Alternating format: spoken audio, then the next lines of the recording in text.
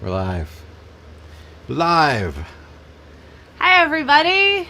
Welcome to what day is it? I don't know. I don't know. Welcome to Texas, where it snows, ice, rain, and freezing temps all in just 24 hours. Whew, we just traveled today we were 150 miles or so A south. hundred, just a 100 hundred. We were 100 miles south of San Antonio, near a Oh town. no, I'm sorry. Yeah, so let me finish my sentence. I thought you were talking We about our travels today. First off, let's just say let's hi before we dive in. where our audio is clipping. Hold on. Okay. Okay. That's probably better. We had all kinds of issues just getting this thing up and going. So Let's say hi to a few people yeah, that are here let's get before we going. get into what's going on. Yes. If you're joining us, please just chime in and say hi and let us know how you're doing. If you've been impacted by, I believe it was Winter Storm Ursula, and now we have Winter Storm Viola that's coming through. Let us know what your experience has been. If you're in your sticks and bricks, if you're RVing, and how you're doing. This was really just we just wanted to come together with the community and just kind of check in with everyone because it's been a really long kind of isolating several days, and so we thought let's just chat and just get it all out there, and just check in. So please let us know where you're coming from tonight and how you are doing. We were 150 miles south of San Antonio in a town called Three Rivers. We were at Choke Canyon State Park, Texas State Park. Really lived up to its name. And in our time there, adjust this microphone a little bit. Okay. In our time there, we dealt with the freezing temperatures. We got down well into the lower teens, and the park's water froze over entirely. We were without water for several days, and the power went out.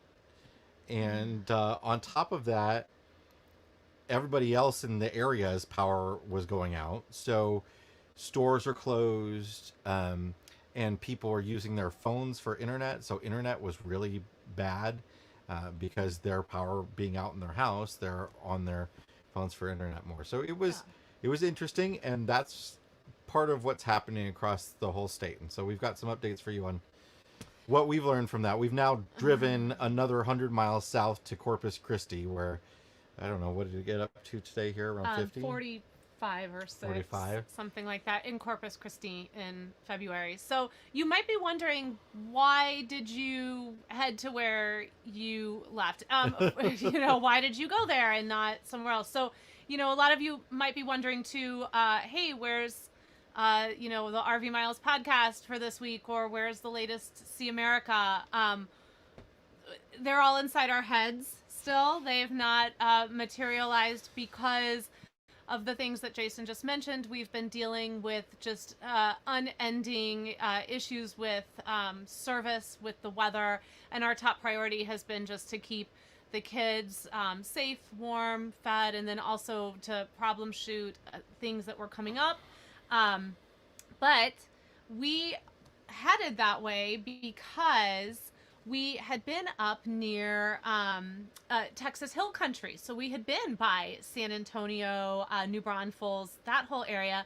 And we noticed, as we recognized that the storm was coming for us, that area was going to get hit with lows in single digits. Now, this kind of weather is like not new to Jason and I. We grew up in the Midwest. We lived in Chicago. We're very familiar with snow and cold and ice and, freezing this and freezing that. But it's a whole different ballgame when you're in an RV and you're also in an area where that the community does not deal with this. Things are going to get kind of crazy. So we decided to head towards Three Rivers and Choke Canyon, where we were trading single-digit lows for lows in the teens. That weather just kind of tanked. Like everything just sort of fell apart on us. Sunday night, it was just ice. There was just so much ice, and it was so cold, and our windows on the inside were iced over. And what happens when there's lots of ice is all the ice gets on the power lines, and then there's also underground power lines and water lines that freeze and break as well. So power outages. I had driven and RVs, right. So you know. I had driven into town to get more propane, and that's a whole nother issue. But I had driven into town to get more propane, and there was very little to be had. And there was one place that was going to open in 2 days and have propane. So I came back 2 days later. At that time, most of the community was out without power. They were taking cash only because they didn't have any way to take credit cards. And I didn't bring any cash with me. So we drove to a place where I could get cash, but that town, like all the businesses were closed because they had no power. And I was finally able to find one place. I went back, got in line to get propane, was behind like 17 other trucks, got propane. That propane place was fully intending on being out of propane within that day.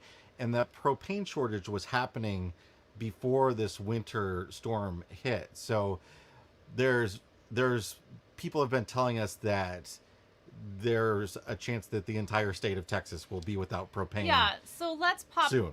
pop this up. So Jennifer has shared her experience here in Texas, and I think that this, like she's saying, and we have said as well, that this is we're one of the luckier ones.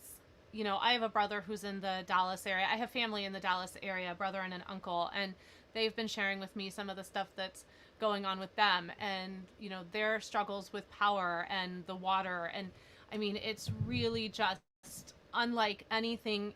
It feels very apocalyptic in some respects. I mean, as Jason talks about the issues with the propane, and someone asked what the ice was from. So that Sunday night ice was completely from the storm system. It was so cold that it wasn't snow, it was rain that was turning to ice, and it had covered the trees, it had covered our RV. The ground was covered in ice, and that created some issues for us with our RV that we're going to have to assess once we get to a better location where we can kind of collect ourselves and figure out exactly, did we come out of this unscathed? No. But did we come out of it, better than most?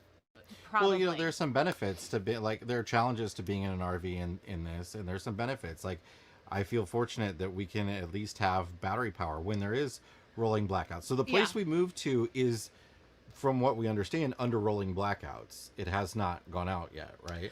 No, she didn't say anything to me about a rolling blackout. Never mind. No, that's where our friends went. Yeah, so our friends, during all of this too, we were with the family that we have traveled with all through 2020, and I have to say that there is nothing more comforting than being with others when you're in such a high stress situation. I mean, thankfully their rig was a little bit better equipped to handle that surprising ice and even colder temps than we expected. And so they had the water that they needed.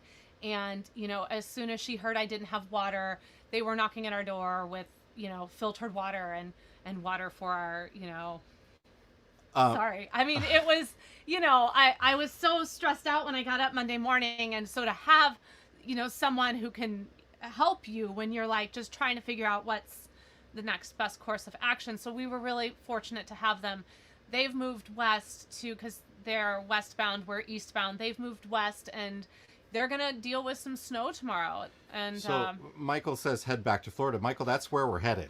We're just trying to get there, but it's the problem far away. The problem today is that we did not want to drive through Houston because Houston was getting freezing rain today, and the roads were going to be very, very bad. Yeah. So we're on our way to Louisiana, but via going south, and then we're gonna, once this clears in a couple days, it's gonna warm up and be a lot better. Yeah. But I want to grab Tammy's. I just wanted to grab another comment from someone else here in the Texas area too, because this is also kind of a little bit of what we're seeing, and it's nice, not nice that it's happening, but we appreciate hearing from others in the area as well. And there's nothing really on the shelves. issues with supplies getting in. It does seem like the woman at the campground here, we're in Corpus Christi, the woman in the campground here did tell me on the phone today that they have been informed that we should expect not just this area, but the state of Texas itself to be out of propane by Friday. Coming into Corpus Christi today, we saw numerous gas stations that were just closed and their pumps were covered because they don't have gas. We saw gas stations where there were people, where there were cars lined up into the street waiting to get to a pump. It's kind of like pre-hurricane conditions. Yes, it absolutely is, except it's all happening after and on during, top of that, the refineries, we were right by a refinery where we were, and that refinery closed for a few days, and a lot of from what we understand, a lot of the Texas refineries closed, which means it's going to be even more of a gas shortage. Prices are going to go up, of course, because of that, but also there's going to be some shortage issues. There were definitely lots of gas stations without gas, and so it's like the whole state of Texas, everyone is going under some combination of no power, no gasoline, no internet, no phone, no propane, no water. no water. There's always because everything, the cold just cascades all this stuff on top of each other. The water is really the big issue for a lot of people. I think there's lots of water mains freezing and lots of rolling blackouts to prevent worse blackouts. But I know I want to share with you quick. Let's see if I can share my screen here. This is the current power outage map for the state of Texas. This has improved drastically over the last few hours. Just the last 12 hours, really, because when we lost our power around 11 o'clock last night, and so immediately, we knew two things had to happen. We had to drop the temp in the RV way down because we were going to be running off of the battery in order to kick the furnace on and off.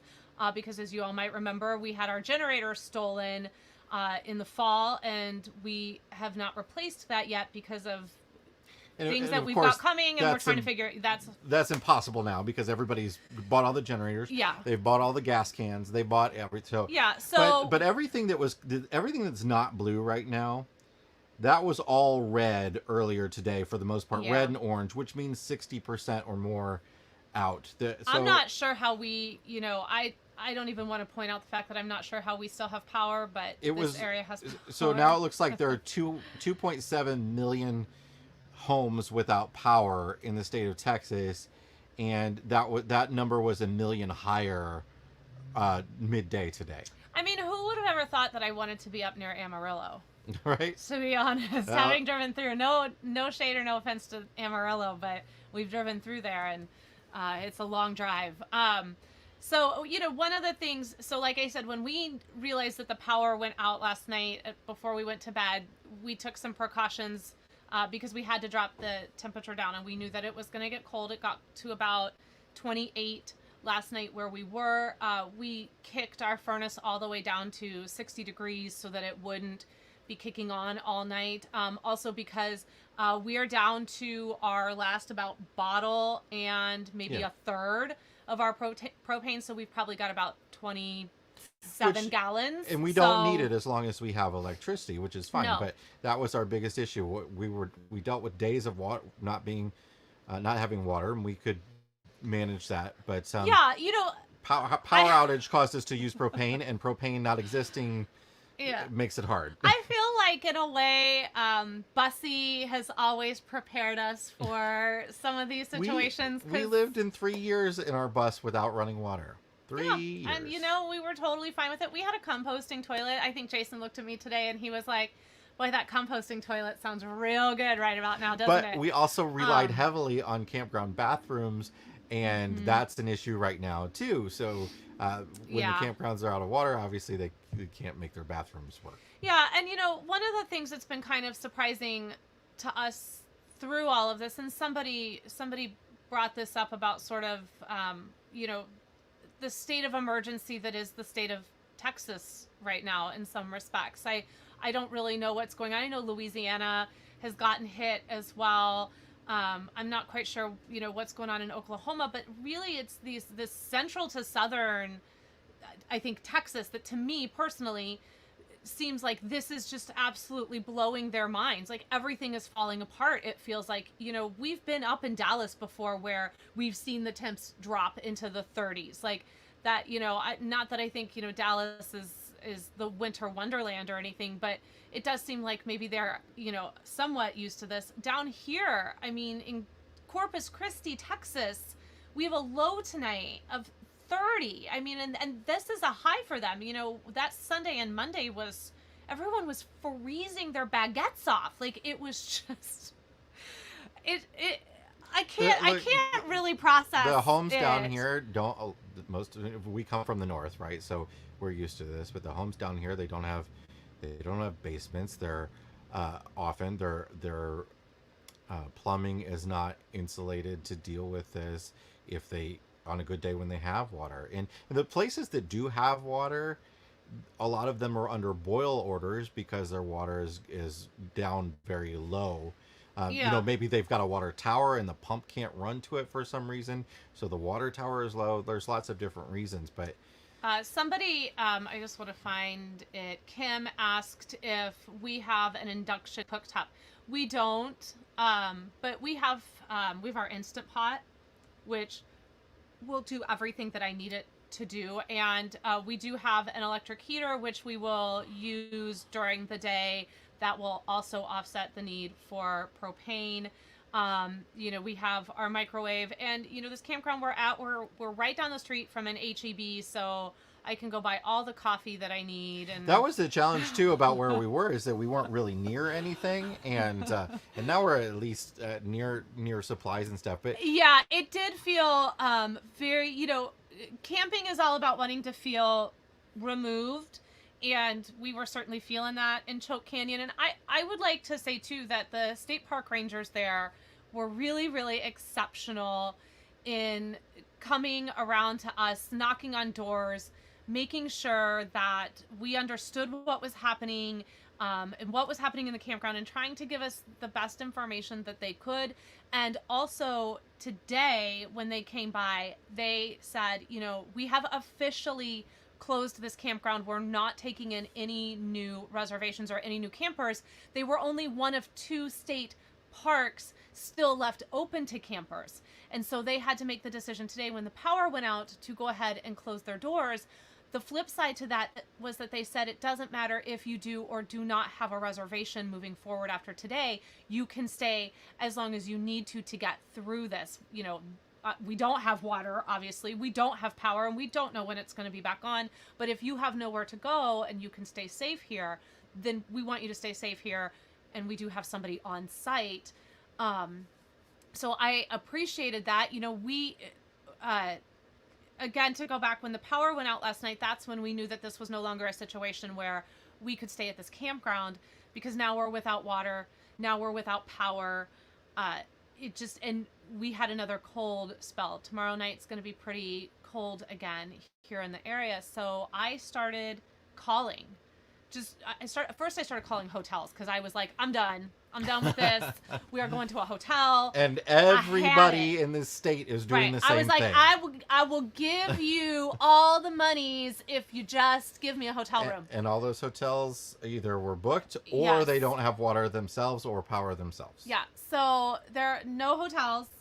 I called all around. We were trying, I started calling about 50 miles out from where we were. Well, they didn't even have water. So they were like, we can't take anybody in. We don't have a way to wash our linens. We don't have water. And of course I'm all like, COVID. So then I start calling into Corpus Christi, and the people were so sympathetic on the phone. They just felt awful every time they had to tell me no, that they didn't have space. So then we start talking about, well, are we going to go with our friends and we're just going to go west, and then we'll just turn around and we'll head east later. It's going to screw everything up, but if that campground has space, let's just go west. They put us on a waiting list. Look, we could have done a few more nights if we had to. I mean, if we really had to, we could have plugged the trailer into the inverter on the truck and We and totally charge the could have. batteries. Yes. We had our lifesaver jerry can for clean drinking water. We could have pulled it right from the lake if we needed to. Side note, did I tell you that someone said we should name the truck the Treminator? Okay, And then we I have did, to do I it in a did, I did. Schwarzenegger voice. I did. Okay. I saw that. So We have our new truck. Yeah, we could have plugged the We Treminator could sit in. in that and be warm. Yeah, I was like, can we sleep in the truck?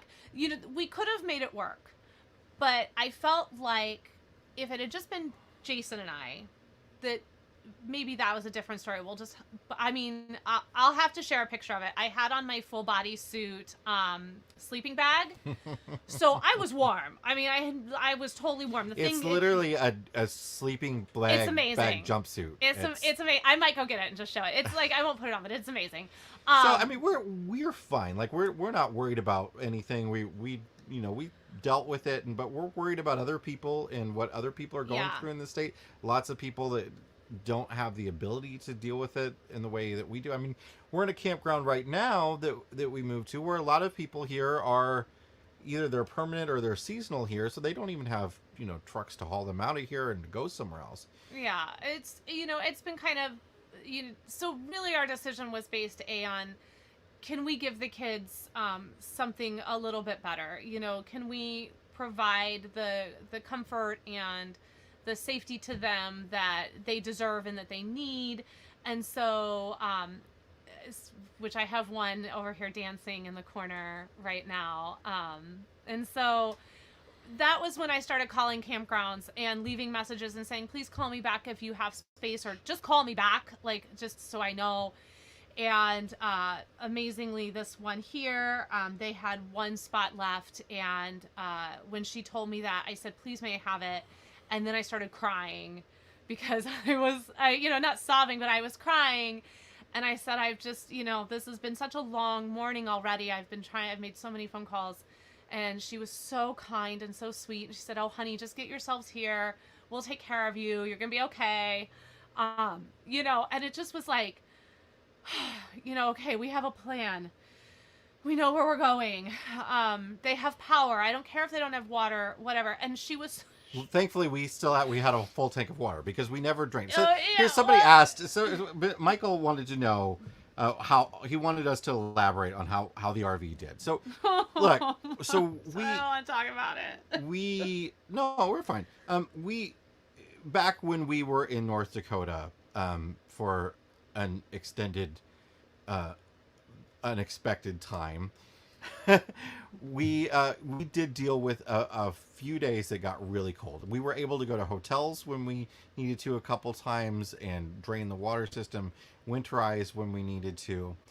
The challenge down here was that no RV antifreeze available anywhere. No. When I this is really dumb, but when I sold the truck, the old truck, I forgot that our air compressor was in like these hidden bins that were under the back seat, and I left it in there, so I could not blow out the air lines with air.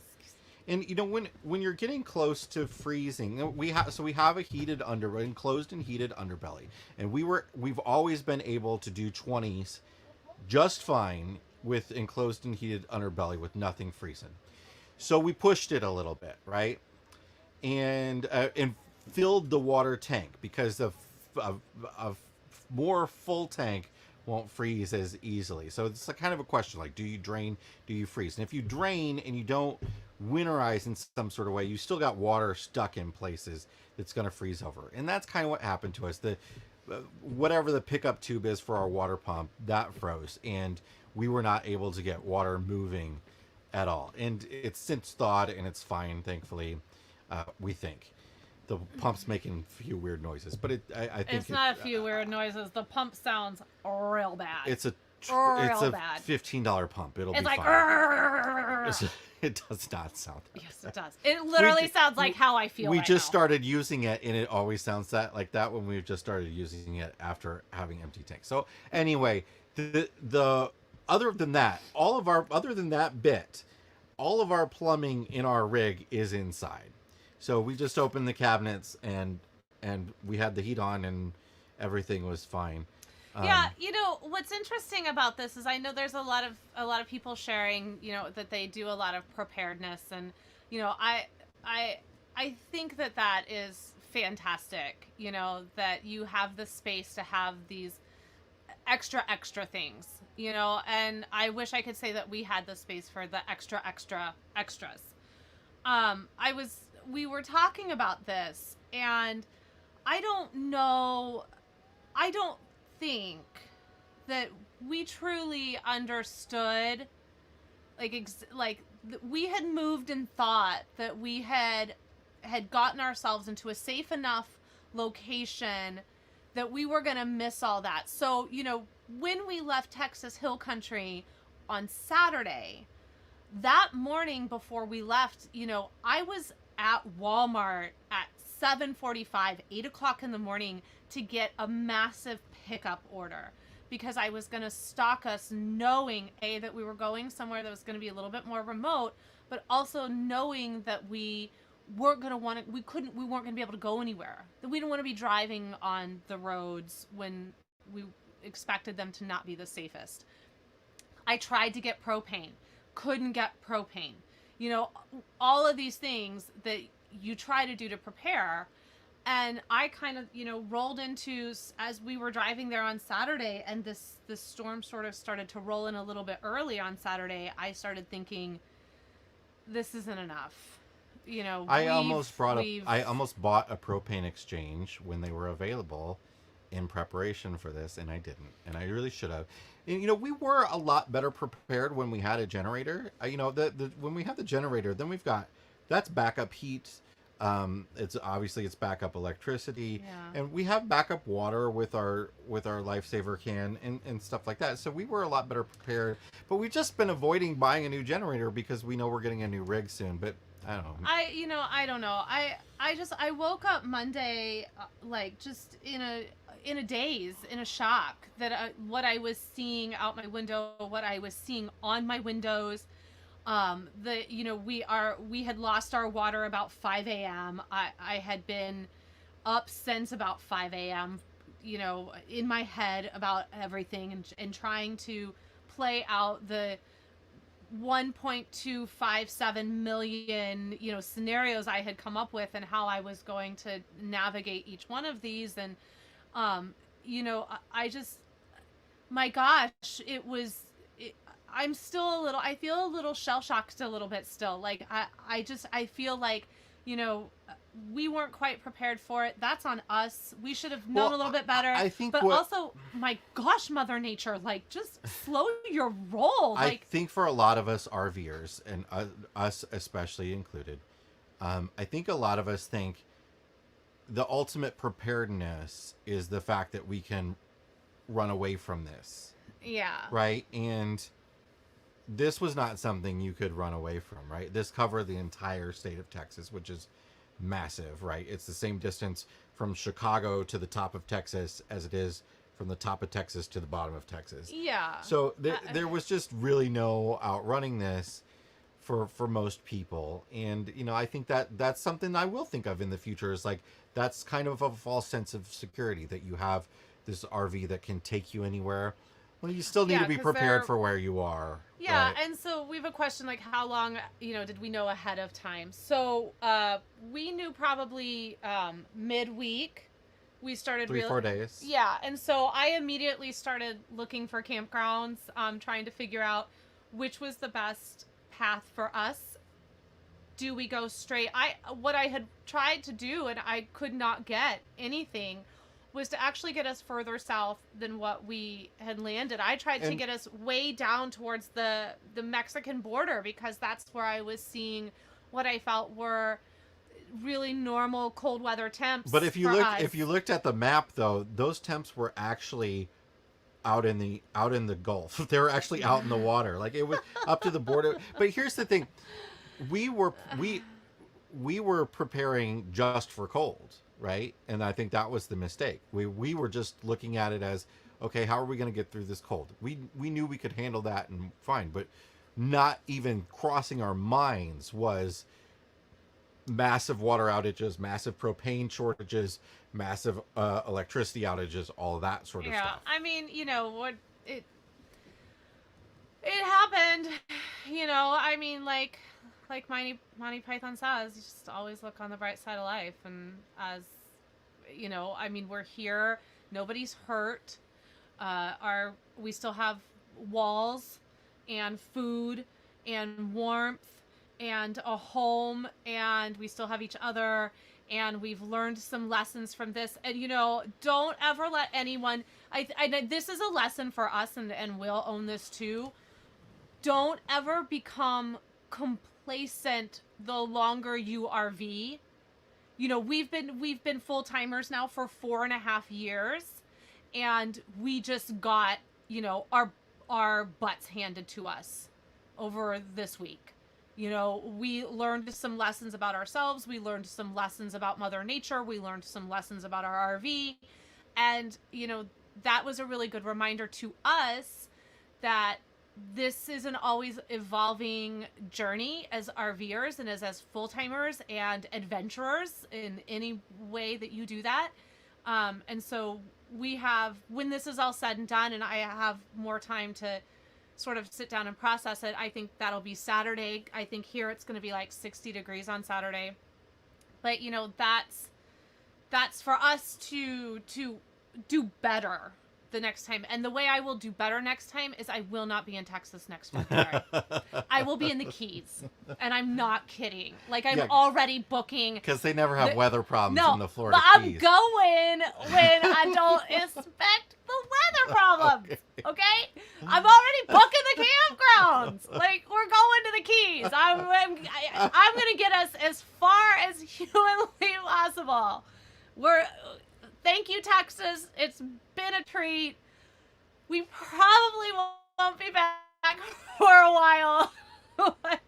It's hard to get to a lot of places without going through Texas. Well, I will say we're going to get to know Oklahoma maybe a little bit better. But I want to jump in because, Tammy, I wanted to let you know I've been reading what you have been writing, and thank you for sharing those words with me. I very much appreciated them as one RVer mom. Andrew, we know it's not the norm. Abby holds deep prejudices about places that give her a hard time. She ain't going back to them. I'm just kidding. Listen, this is our second or third attempt at a Texas tour. And they just haven't gone well. And I mean that in the loveliest way, but there are two states I am not very keen to return to anytime soon. The first being North Dakota.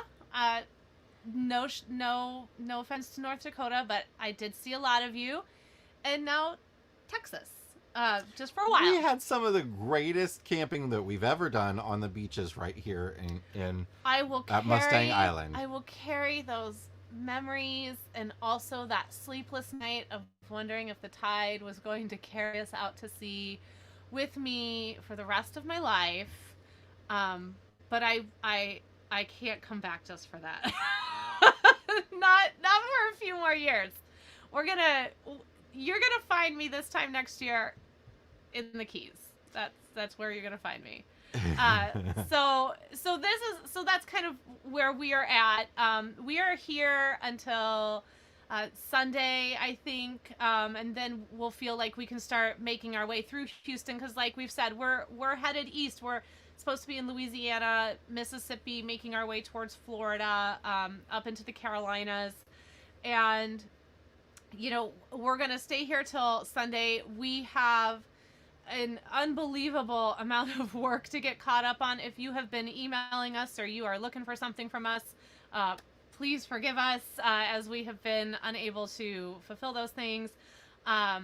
We have been so thankful. I didn't realize that truck just landed in our life like exactly when we needed it, and I was a little on the like, why are we doing this right now camp as it all was shaking down last week. And I couldn't have been happier. So if you to don't know, have we it. bought a new truck. That's what she's referring to. So if you check out the YouTube channel, we've got a video. By the way, we're live both on Facebook and YouTube. So if you see some comments that we're answering, but you don't see them in your feed or whatever, that's why.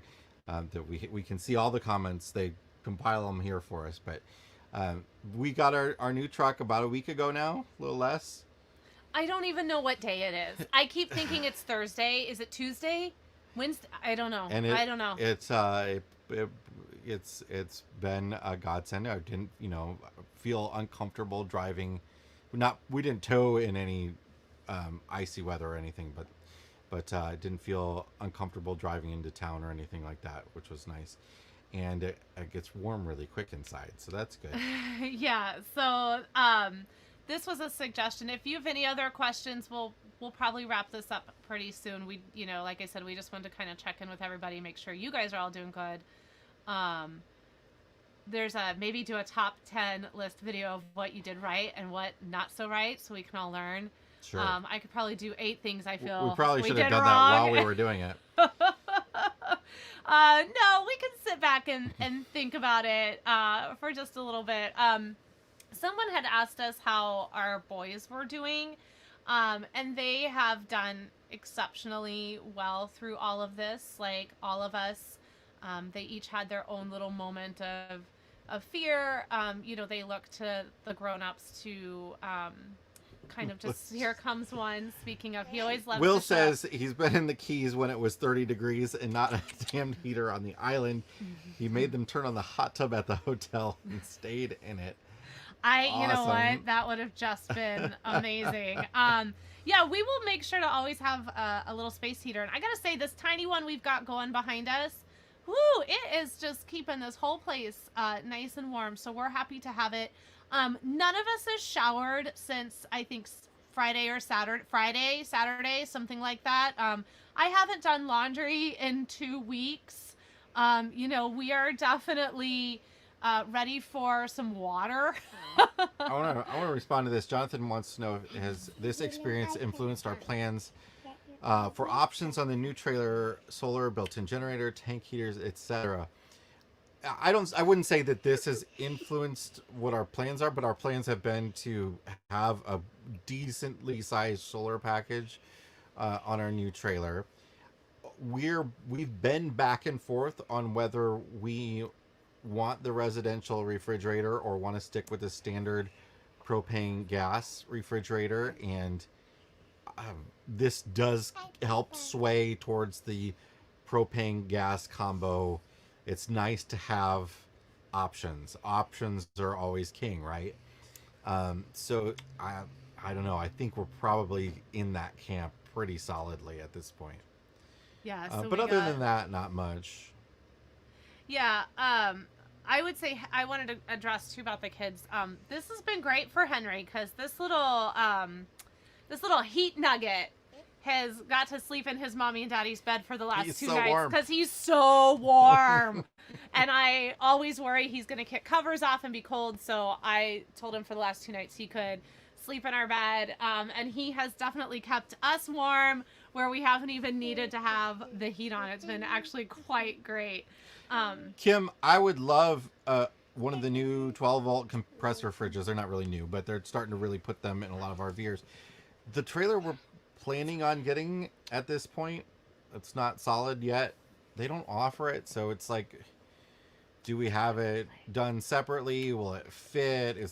We haven't explored those options yet, but I do want to at least run out those options because those do, even though you are stuck to run them off electricity, from what I understand, is they're pretty good at sipping power, and you sort of get the benefits of a residential fridge without losing like the size of that you do when you get a propane fridge. And I don't know, there's a weird thing happening right now in the RV world where the 12-volt fridges, a lot of the companies are starting to call them 12-volt residential, which is really confusing, because I think people come in and they hear them say, oh, we want residential, and I think the industry is going to be quickly moving away from residential because they're having so many problems with them and moving to more of these 12-volt compressor fridges. But I don't know. That's what I'm seeing now is they're listed as 12-volt residential often, which is not an accurate statement that anybody should be making. But no, and I would say in regards to, to build on that, one thing I actually thought to myself today was every single one of us should have our very own human-sized sleeping bag outfit that we could wear. You should go get it. I'll get it. Oh, she's I'll get gonna it. go get it. Okay. I have it on the bed because that's what I'm going to wear tonight when I go to bed. So, all right, let's answer a couple other questions. Grandpa says, hi, Henry. Okay. So this I thought you were going to put it on. No, I'm not going to put it on. Like, let's be real. That's not happening. Okay.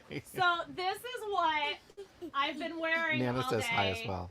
today. It's a coat on. It's a sleeping bag suit. It's a sleeping bag. It's got legs. I don't know why she didn't wear it to bed last night. It's got legs. Well, she had me. It's I'm the warmest person on it. So. It's the Silk bag. This is what it is, and it's even got Wait, I never. boots, like feet. Oh, God. You just put them on, and then you just wear the whole thing. It's got a hood. You can zip it tight so that the hood basically covers your whole face.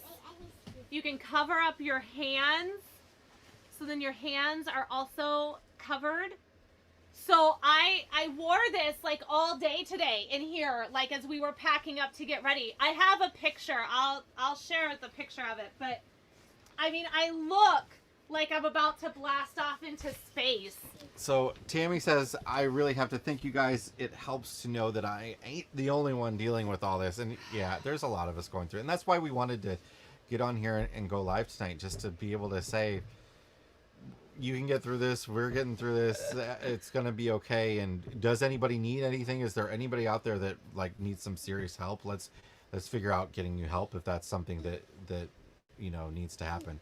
Ethan is peeking. Ethan is peeking. peeking. I will. So for those who really want to check out this human sleeping bag, I'll see if I can find it and put it in our Amazon store that we just recently created, where we've been just dropping things in that we've had the pleasure of reviewing, or books that we've read and recommended, just things that you might have heard on the podcast over the last 3 years. I will put that in there, probably under like our RV gear section or something, and you can check it out.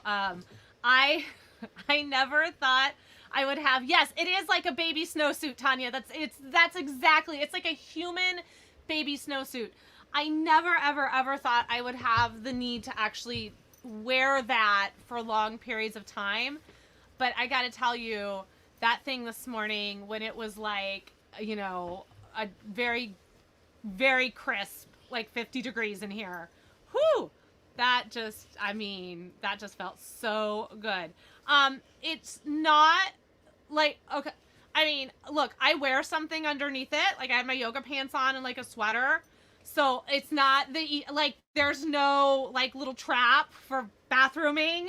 So you do have to take it off. You do have to take the whole thing off. So I do recommend that you wear some clothes underneath it. Because, in a teeny tiny little RV bathroom, I don't recommend trying to navigate yourself out of that thing. Like, not that I'm talking from experience. I'm just saying. I do not recommend, but I will probably wear it to bed tonight because we are going to have to keep low again tonight. Well, so that's the other thing I wanted to add too, is that like this isn't over. So those of you that are in the areas of the country where this has happened, like that campground that we left, once the water comes back on in that campground, all of the spigots were plastic or like PVC pipe above ground, and they were all broken. They're going to have to turn their water off and completely redo all of their hose bibs before they have water again. And that's going to be, I think, commonplace at a lot of places across the country where there are issues like that. I mean, it's just a good thing that we made a run to the liquor store when we did, So, on that note, I think maybe we'll wrap it up. Yeah, you done? Hey, I think. You done? Is Okay. he done? Do you see what's happening over here? I don't know if you can. Oh, Henry's putting your Henry's putting it snowsuit on. Yes, Yeah. Henry's a one-man show back here. I can't imagine where he gets it from. So anyway, thank you all so much for joining us tonight and giving us, just some reasons to chat and to smile. This is essentially, there it is, everybody. Thank you to our beautiful model who's slipping on the floor. He will be nice and warm tonight. So thank you so much for joining us and providing us with some community. Oh my goodness. Oh my goodness gracious. Because it was just really nice for us to talk to all of you, to see how everyone else was doing and to bounce some ideas. Hey, okay. There's a boxing match about to happen over here, so I think I'm about to have to go intervene, do some parent intervening. Yes. Shall we say goodnight, Henry? I think it's time to say goodnight. Yes, it's time to get ready for bed. This is the best thing ever. It's so warm. Yes, it is. So very warm. All right. So we do hope in the next couple of days for last week's RV Miles podcast to come out. And then shortly following that will be another episode of the RV Miles podcast because we are behind. So just kind of keep an eye out for that. And of course, just thanks everyone for joining us tonight. We really, really appreciate it. See y'all later. Stay warm. Stay safe. Stop punching yourself. Oh, what are you doing? Stop it. This is a war.